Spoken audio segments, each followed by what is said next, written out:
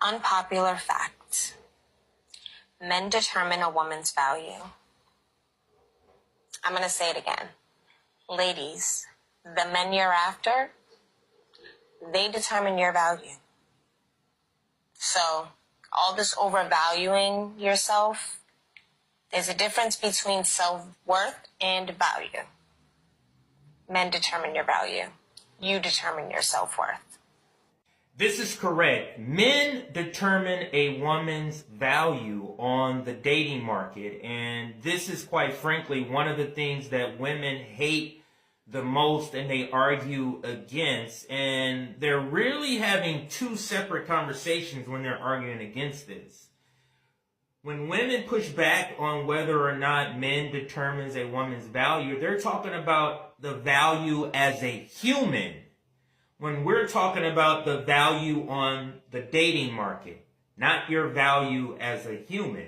And it's just the same with women. Women determine men's value in the dating market. So if it's 100 men and there's 100 women, collectively those women come together and say, this is the ranking of those 100 men based on the qualities that women want. So it's just the opposite when we're talking about women. Men determines women's value on the dating market. So all this leveling up, all this calling yourself is a 10, that's fine and dandy when you're talking about self-worth.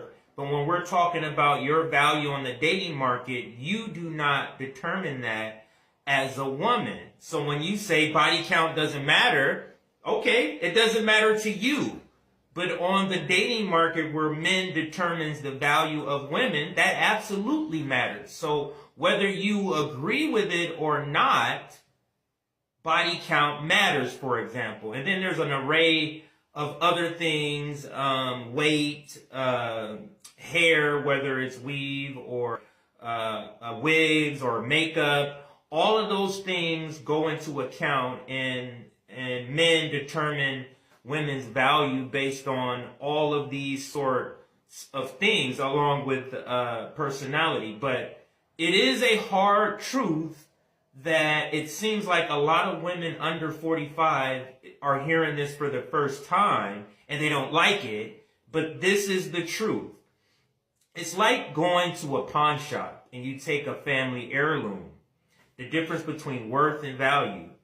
What is a family heirloom worth to you, the family? Priceless, right? But when you take that same family heirloom, let's say it's a vase, and you